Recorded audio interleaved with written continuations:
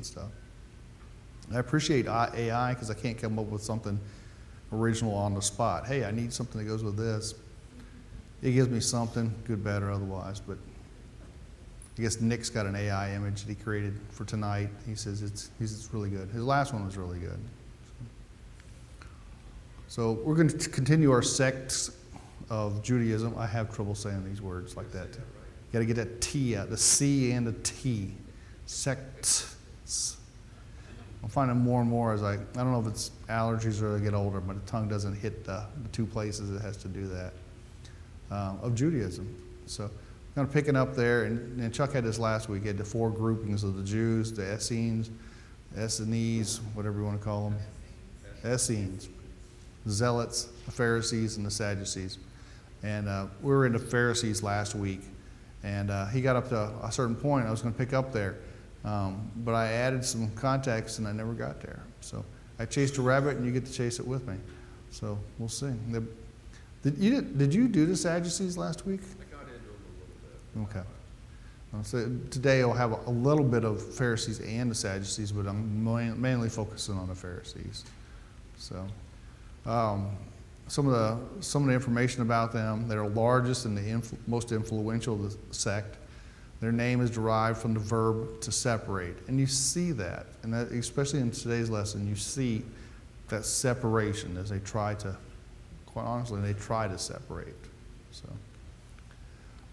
Originated as a separatist group when the Hasmonean dynasty began with the Maccabean revolt against the Seleucid Empire. That's Chuck's realm right there. I will always. That's Chuck's realm. That's mine. That's his. I mean, they believe in strict adherence to the written and oral law. They attach great value to the oral law and tradition. And this is probably something we're going to see today, is you got the written law, which is what we call the Bible, the Old Testament in particular, and the oral law, which is they're filling in the blanks. This is their traditions. This is their way of doing business. We said it was this way, and it's elastic enough to do that don't look right, and it's not right. You know, if that's what they want to do is say it doesn't look right, it's not right. It's just elastic, and it grabs anything they want to grab. And that's kind of how it is. They used allegorical method. So they kind of like a story, it's always got a moral, it's got a hidden meaning, and that more elasticity in there too. So they wouldn't say this means this. They would say, it's kind of this. It's whatever you can't use it that way, but we can say it's that way.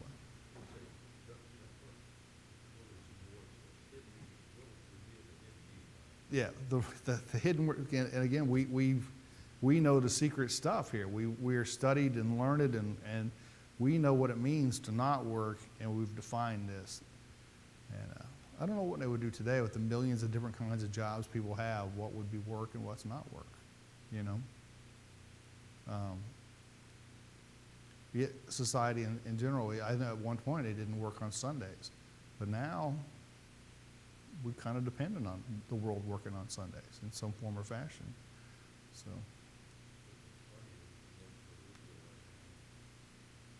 no Sabbath, no festival week. Yeah, they won't even talk in the Sabbath. I told Chuck last week there's a website called B&H Photo, and they have everything photo and a lot of electronics and stuff. And I happened to go to their website to get something one time, and the website was down. And I waited, and it was still down. And then I found out later that they're in Jamaica, New York. I think they are run by Orthodox Jews. It's their big company. And not only do they close the store, they close the website. So you can't place an order, and they'll pick it up the next day. And we're just that's cool. It's just that wasn't what I didn't expect the internet to have off times, you know.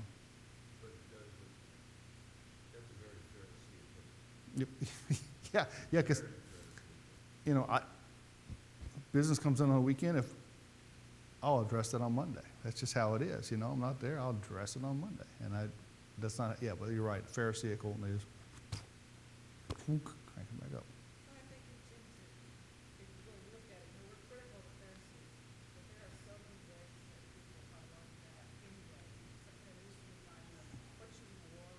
Yeah. Traditions of men. It's almost written in that, oh, you gotta have, announcements and prayer, 2 songs to sing, and the Lord's Supper has to be before the, there's a lot of things that can seep in Yeah. that have nothing to do with salvation and can actually cause problems. And you can do that. And I think that's one reason why Jesus was so angry with them, because they kept putting things between God and man. Yes. He was there to do away with that. Yeah.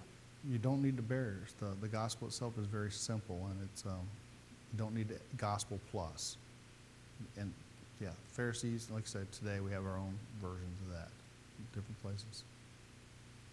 We practice ritual prayer and fasting, coveted beyond. I'm not getting words out. They love to be honored, and they tithe meticulously. Wow, Chuck, you know which letters I don't say well. So, anyways, ritual prayer that's always the same, or has elements that are just added in there. They're fasting. I'm not getting to that guy today, I think, but the Pharisee that prays, he fasts twice a week. I think he fasts twice a week. They love to be honored. They love the seat in the front. They love to. We're going to look at the. Lost my word. The council. Huh? The council? Oh, the Sanhedrin. There you go. Septuagint was not the word. I don't know. I thought I was doing great this morning. I'm not doing good. So, oh well. Back to normal. Sanhedrin, I mean, we see in their actions they wanted to keep their spots. They wanted to keep that honor. And their meticulous tithing and the prayer of the Pharisee talks about the fact that, every 1/10 of everything, counted it out and went overboard on that. They do believe in life after death, and they believe in angels. Sadducees do not believe in life after death. They are the only sect to survive the destruction in 70 AD, and it's the foundation of Judaism today. Judaism today is based on the Pharisees. I was talking to Chuck earlier. Why do you think they are the only ones that survived after the destruction of Jerusalem?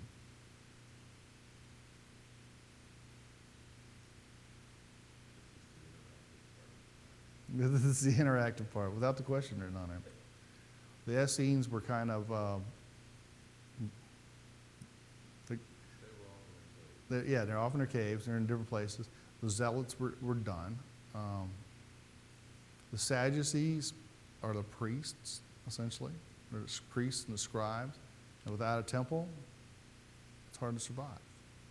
So the Pharisees are the ones that get past that. They also have indulged more in the everyday aspects of life with the people. That's what the Pharisees thought. It was really, Yeah. wash your hands, so it was things that could be carried through to a lot of things. We have the same thing. Sure. Yeah, it's a good point. A lot of things too, they were the strongest group to begin with. They had Yeah. control of people's lives, so it's sustained. They're not at a 10,000-foot level. They are amongst the people. Like I said, the hand washing and stuff like that is something that people could relate to. The fastest growing religions in America are the ones where people feel spiritual. And some of those are like that, and they have some kind of a ritual that they do with that, some kind of rules they keep and such. That identified 31 times in Matthew, 12 times in Mark, 28 times in Luke, 19 times in John, 7 times in Acts, and 1 time in Philippians. I almost said Philemon, but not been it. So the Pharisees appear a lot in the New Testament. Luke 11, 42 through 44. But woe to you, Pharisees, for you pay tithes of mint, rue, and every kind of garden herb, and yet you ignore justice and the love of God. But these are the things you should have done without neglecting the others. Woe to you, Pharisees, for you love the seat of honor in the synagogues and the personal greetings in the marketplaces. Woe to you, for you are like unseen tombs, and the people who walk over them are unaware of it. So this is Jesus saying that, and this is along with his hypocrite sermon, isn't it?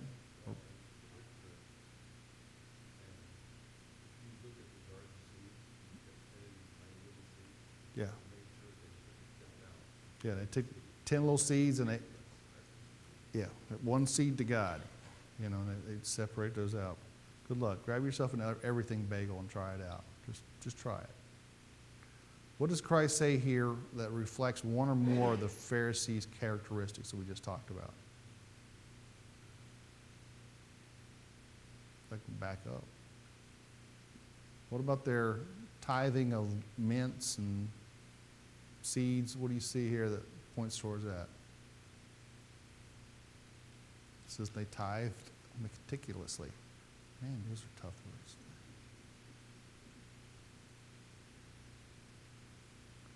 They love the seat of honor. Again, back here, we talked about that. That ignoring justice is something we're going to look at today, too. So, there's the things I got them right there. Practiced ritual prayer and fasting, coveted being honored, and tithed meticulously. So, that's some of the things that you see. Matthew 12, 1 through 2. At that time, Jesus was going through a field of grain on the Sabbath. His disciples were hungry and began to pick the heads of grain and eat them. When the Pharisees saw this, they said to him, "See, your disciples are doing what is unlawful to do on the Sabbath." And this is where I chased a rabbit. So we'll see. So what law did and I know you covered this slide, but like I said, I was just going over and it was like I chased a rabbit and I didn't you get this list line? Okay. Well, good. I'm not too bad off then. I'll chase my rabbit and you can pick up. So what law did the Pharisees refer to in accusing Christ of sinning? He said he broke the law. What law did he break? He was out of all that, but exactly eat the grain and it was against their rule. It was against their rule. You got that part right. Yeah, with the grain and stuff, it was against their rule. God's rule, their rule.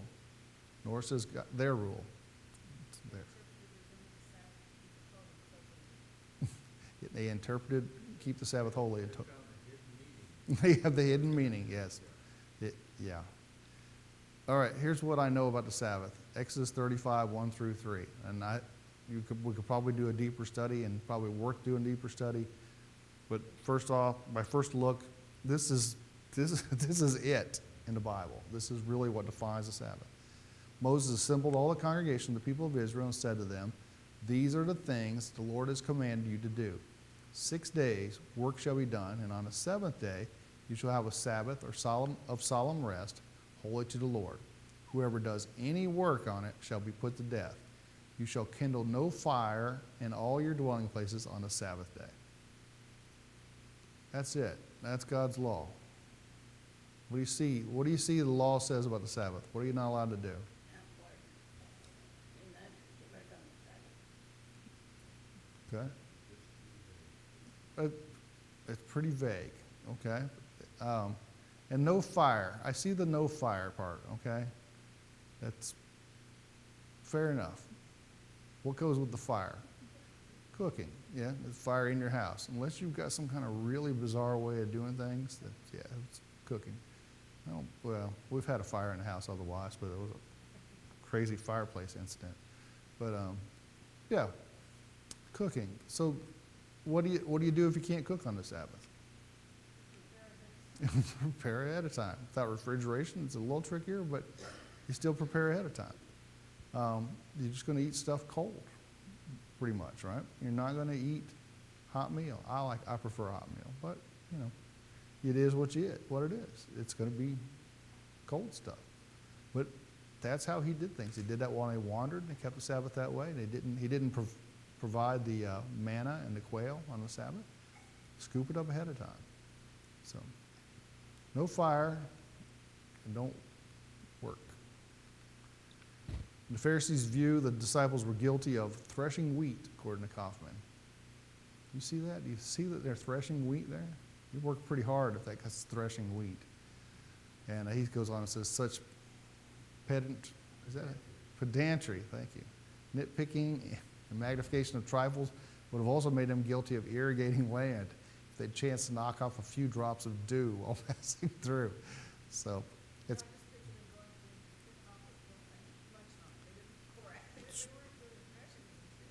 yeah, Yeah, they weren't knocking the stuff off and grinding it, and no, like you said, they grabbed it and ate it. My understanding of the laws of work didn't apply even like to taking care of the basic needs. You ever ate anything right out of the field? Like, I mean, right out of the field. Don't wash it, pick it and eat it. Your blueberries. It's loquat season at the house right now, and I love loquats. Blackberries, yeah, I've eaten them right off the bush. We had a big field behind us when we was in California. Mm. And after they got really kids and you break the stalk off, it's actually not bad. Not bad flavor. I've eaten corn right off the stalk. My family's from Indiana, so yeah, they'll walk out there and grab it. Not quite ready yet. It's like that's a unique thing. Or tomatoes and, Oh yeah, tomatoes right off the and plant. my dad used that. However, now he was watching that tomato, but somebody got hold of it. And, Yep, they will get hold of it. Indiana has like a gray or white clay, and as the stuff touches the clay, it kind of is on there. You got to wash it pretty hard to get that off there. But my grandparents had gardens, so to me, fresh vegetables taste better with gray clay on them. It's kind of the deal. So I can't imagine anybody else would think that way, but hey. Why is it the Pharisees are the only ones accusing Christ of working on the Sabbath? because they don't believe in him. They don't like, yeah, you're right on both accounts. They don't believe in Jesus being the Son of God, and they don't like him. What else? They are the seat of honor. They are the police of the law. And it's their law. It ain't God's law. They're the only ones accusing Christ of doing something wrong because they're the only ones that see it that way. Everybody else is like, I didn't see anything. So, yeah, they're the only ones that have that law. Yeah, the Sadducees they stuck to the written law. They didn't have the oral law. So, yeah, the Sadducees wouldn't stick to that. What's the punishment for working on the Sabbath? Yeah. Death. Death. I'm going to ask you, does that seem death worthy to you? Another one in Deuteronomy, where Dan went out and gathered some wood on the Sabbath. God said, "Don't do that." Yeah. I'm not going to go against God, but I mean, this instance is, you'll see it today. You keep your eye on the news, you'll see some kid gets shot for stealing a loquat out of somebody's yard, essentially the same kind of thing. Matthew 12, 9 through 14, move on from there. He went into the synagogue, their synagogue. Behold, there was a man there who had a withered hand.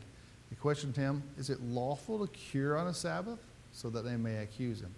He said to them, which one of you who has a sheep that falls into a pit on the Sabbath will take hold of it and lift it out? How much more valuable a person is than sheep? So it is lawful to do good on the Sabbath. Then he said to the man, stretch out your hand. He stretched it out. It's restored, as sound as the other. But the Pharisees went out and took counsel against him to put him to death. So what law did the Pharisees refer to it, accusing Christ of sinning? Doing something on the Sabbath. He worked on the Sabbath. Is he a doctor? Is your doctor open on Sunday? On the Sabbath? My doctor's not. You got to go to the ER if you got a real problem. So they're working on Sundays at least. Steve, do you go to any Jewish hospitals work on equipment?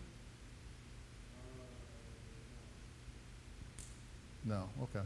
I was wondering what they did about the Sabbath.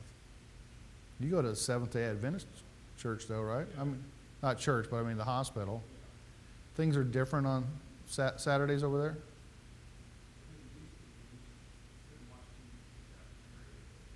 Okay. Okay. All right. Okay. Can't get anything bacon at the Advent hospitals. Fair enough. I just wondered how far some of that stuff went. So, okay. So anyways, that's it. They accuse him of breaking the Sabbath. They accuse him of working. And they're set to kill him. That's it. They're willing to pull out that whole penalty on this thing. Dude, 4 words. Stretch out your hand. Man, you're like the president or something like that. If you can just say 4 words and they're accusing you of working. Now it's a golf day, beach day, whatever. Hey, I said do my work. Yeah, that's all it was. He said 4 words, and I don't know. That's it. Deuteronomy 16:18 through 20. I think God tells Moses, "You shall appoint judges and officers in all your towns that the Lord your God is giving you, according to your tribes, and they shall judge the people with righteous judgment. You shall not pervert justice, you shall not show partiality, and you shall not accept a bribe, for a bribe blinds the eyes of the wise and subverts the cause of the righteous. Justice, and only justice, you shall follow, that you may live and inherit the land that the Lord your God has given you." What kind of courts does God command to be set up?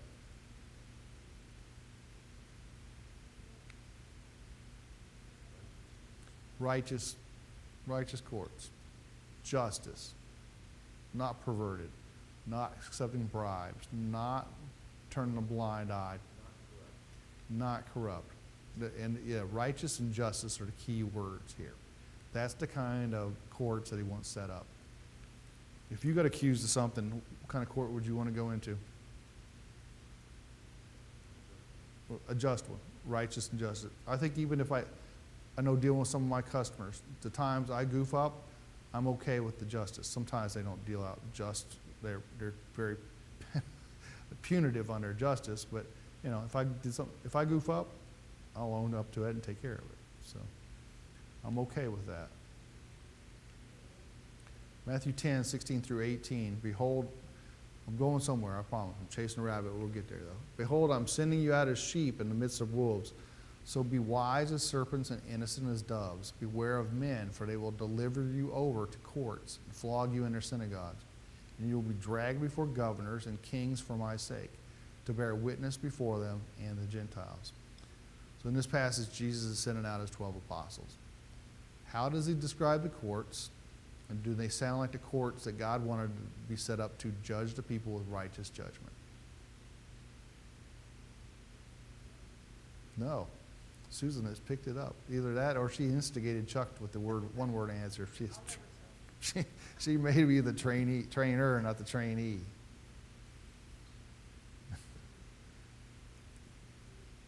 So how do you describe the courts?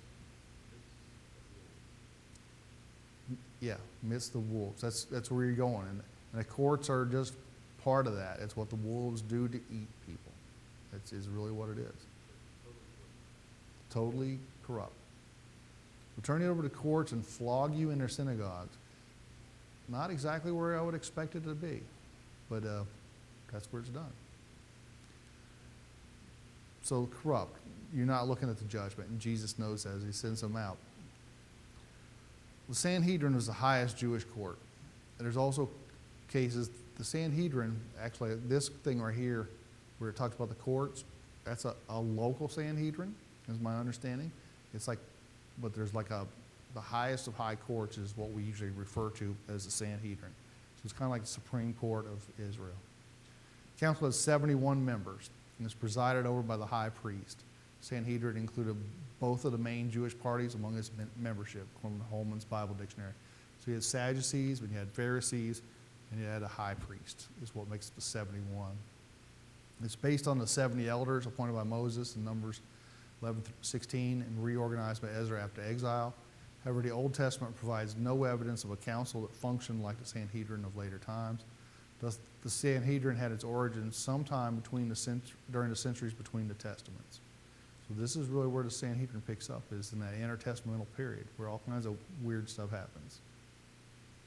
So that's where, reading a little bit about the Sanhedrin, it still met as late as I think the early 400s. They were still meeting as a Sanhedrin and disbanded somewhere, fell apart after that. But just something to know that, that's where it came from. So John 11. So the starting in 47. So the chief priests and the Pharisees gathered the council and said, "What are we to do? For this man performs many signs. If we let him go on like this, everyone will believe in him, and the Romans will come and take away both our place and our nation." But one of them, Caiaphas, who was high priest that year, said to them, "You know nothing at all, nor do you understand that it is better for you that one man should die for the people, not that the whole nation should perish." He did not say this of his own accord, but being high priest that year, he prophesied that Jesus would die for the nation, and not for the nation only, but also to gather into one the children of God who are scattered abroad. So from that day on, they made plans to put him to death. That's an amazing statement that out of context, even like this, even this little passage, it's out of place. But as you read through the book of John and you start seeing Jesus for the man he was, this happens right after he raises Lazarus from the dead. You know, you want to talk about a miracle of miracles. The guy's dead. He's been dead for several days. He brings him back to life. And this is the response. So how did this court of justice, and I'll put that word there, although that's truly not what it is, how did they react to Jesus raising Lazarus from the dead? What was their motivation? What was their reaction? Jesus can raise this guy from the dead. People love him. What are we going to do? We got to kill him. It's hard to say, isn't it, Clive? Yeah. It is. It's a hard thing to say. I know I have a hard time with teaching class when they release Barabbas. There's words that it's hard to say. Do you have something else?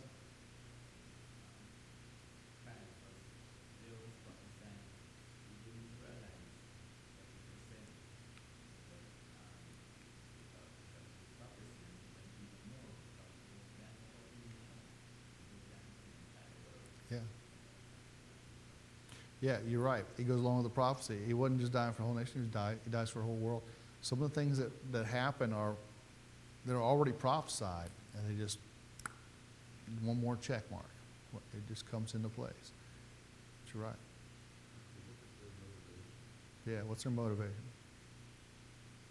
It said, we'll lose our seed. And if we lose our seed, well, that's the whole thing. So for them, it wasn't about people. It was all about them using their position of authority, which they love. And to them, if they lost it, the nation was wrong. Yeah, Because we're the only ones holding on. they're the only ones holding it together. Exactly. Yeah, and they want their seats. Politicians, They're politicians.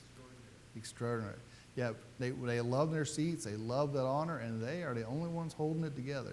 If they lose their seats, the whole nation will fall apart because there ain't nobody else going to do it. That's one of the traits of the Pharisees was that honor that they sought. And I know here, even as an elder, the day I need to step down, I'll step down. You know, it's not, I don't want to hold on to it longer than I need to. And I can't believe these guys will do the same thing. But that's just, it's how it is. They needed to hold on to those seats, and they couldn't let, they look so far away at Jesus, and they may topple this whole thing. Now what do we do? I mean, they can't go out and get jobs after that, couldn't they? They derived a lot of their wealth Yeah. by basically cheating. No. By cheating the people, a court of justice? Yeah. Council of Wolves. Matthew 26, 14 through 16. I think I touch all four Gospels today. Then one of the 12, whose name was Judas Iscariot, went to the chief priests and said, "What do you give me if I deliver him over to you?" And they paid him 30 pieces of silver. Back to a prophecy. This is prophesied. They paid him 30 pieces of silver. And from that moment, he sought an opportunity to betray him. What role did this court of justice play in the betrayal of Jesus? Judas comes to them, and they are, Yeah, and he money. yep, Judas didn't know do it out on his own. He, yeah, that's his soft point right there. And they've been wanting him killed, and I'm going to say he knew that. He knew where to go. It wasn't like he went down to Rippy Mart or the McDonald's drive-thru and asked, "Hey, what do you like?" No, the people he went to were the Sanhedrin, chief priests. John 18, 2-8. Now Judas, who betrayed him, also knew the place, for Jesus often met there with his disciples. So Judas, having procured a band of soldiers and some officers from the chief priests and the Pharisees, went there with lanterns and torches and weapons. Then Jesus, knowing all that would happen to him, came forward and said to them, "Whom do you seek?" They answered him, "Jesus of Nazareth." Jesus said to them, "I am he." Judas, who betrayed him, was standing with them. When Jesus said to them, "I am he," they drew back and fell to the ground. So he asked them again, "Who do you seek?" They said, "Jesus of Nazareth." Jesus answered, "I told you that I am he. So if you seek me, let these men go." Who arrested Jesus, and what was he arrested for?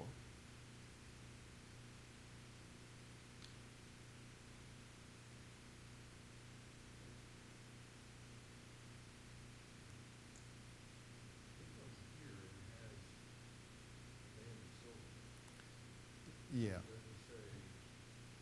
Temple guard or, yeah. That's what I'm saying. It doesn't say it was temple. Yeah. Yeah, you're right. It's the Romans. These are Roman soldiers and officers from the chief priests and Pharisees. So you have the leadership in Jerusalem, and then, because this guy was an insurrectionist, the Romans are there. The Romans are there because he's an insurrectionist, yeah. So that is who comes to arrest him. What's the charge? They're arresting him. What's that? Plagiarism. Wow. For telling the truth. What? Come on, Robin. Is that illegal? It is in certain places, isn't it? I mean, this nation is built on the fact that the freedom of speech, so you can say the truth. We don't usually want to hear it, but yeah. Well, what's their charge? They got to have some kind of charge, like you say. You got the Jewish officers, and you got the Roman officers. Somebody's got to have a charge. Never said. They just come here for you. Just arrested. John 18, 12-14, and I think that's part of the reason our country's set up that way. That England was the same way. You're under arrest for what? For asking questions. You know? Yeah. So the band of soldiers and their captain and the officers of the Jews arrested Jesus and bound him. First they led him to Annas, for he was the father-in-law of Caiaphas, who was the high priest that year. It was Caiaphas who had advised the Jews that it would be expedient that one man should die for the people. So after his arrest, they take him. Where did they take him for justice? Take him to Annas. Annas used to be high priest. He's the father-in-law of Caiaphas. Does it sound like a court of justice? It's his house. You're right. It's his house. It's not a court of justice. In the middle of the night, they break a ton of their own rules. And the guy involved, Caiaphas, is here, and he's the one that said it's expedient. One guy should die to save everybody else. So there ain't no justice going to happen. Luke 22, 66-71. When day came, the assembly of the elders and the people gathered together, both chief priests and scribes, and they led him away to their council. And they said, "If you are the Christ, tell us." But he said to them, "If I tell you, you will not believe. And if I ask you, you will not answer. But from now on, the Son of God shall be seated at the right hand of the power of God." So they all said, "Are you the Son of God then?" And he said to them, "You say that I am." Then they said, "What further testimony do we need? We have heard it ourselves from his own lips." So after the hearing it with Annas, Jesus was brought before the Sanhedrin, that court of justice we're talking about. What's the charge here? You're going to bring somebody before the Supreme Court, you got to have some kind of reason. No, yeah, you're right. That's kind of the weird thing is they charge him. That's really what it is. It's blasphemy. And he claims to be the Son of God. And if you don't believe that he's the Son of God, it's blasphemy, okay? If you say you're God, but you're not, it's blasphemy. However, he's the Son of God. So Yeah, told the truth. he told, The thing that he did demonstrated who he was. this morning we're supposed to have two baptisms. They will both say the same thing. Jesus is the Son of God. So that's included in that anymore. After hearing before Annas, Jesus was brought before the same question. Blasphemy. It's a transliteration of a Greek word meaning literally to speak harm. In the biblical context, blasphemy is an attitude of disrespect that finds expression in an act directed against the character of God. That's what they've essentially accused him of. Leviticus 24:13 through 16. Then the Lord spoke to Moses, saying, bring out of the camp the one who cursed, and let all who heard him lay their hands on his head. Let all the congregation stone him, and speak to the people of Israel, saying, whoever curses his God shall bear his sin. Whoever blasphemes the name of the Lord shall surely be put to death. All the congregation shall stone him. A sojourner, as well as a native, when he blasphemes the name, shall be put to death. The penalty for blasphemy is death. The penalty is established by God, and stoning is the proper death in the old law. Matthew 26:59 through 61. Now the chief priests and the whole council were seeking false testimony against Jesus that they might put him to death, but they found none, though many false witnesses came forward. At last 2 came forward and said, this man said, I'm able to destroy the temple of God and to rebuild it in 3 days. This court of justice goes so far to persecute Jesus, they are paying witnesses to come forward and build stories. They can't get 2 of them to agree, so they don't hold water. The best they have is 2 people that said, I heard him say he's going to destroy the temple of God and rebuild it in 3 days. They build their whole case on that, to hold their seats, to hold their power, and they build on that. Does it sound like blasphemy? I'll tear down this temple. If you understand it's prophecy, yeah. And if you understand this prophecy, it becomes blasphemy if you don't believe he can do it. Clive?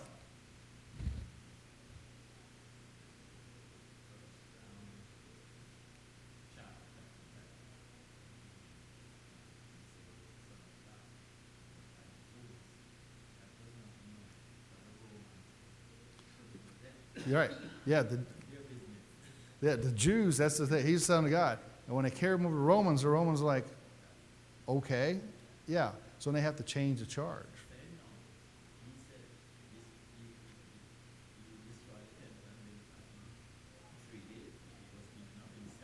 Yeah. He's speaking of himself. It's, yeah.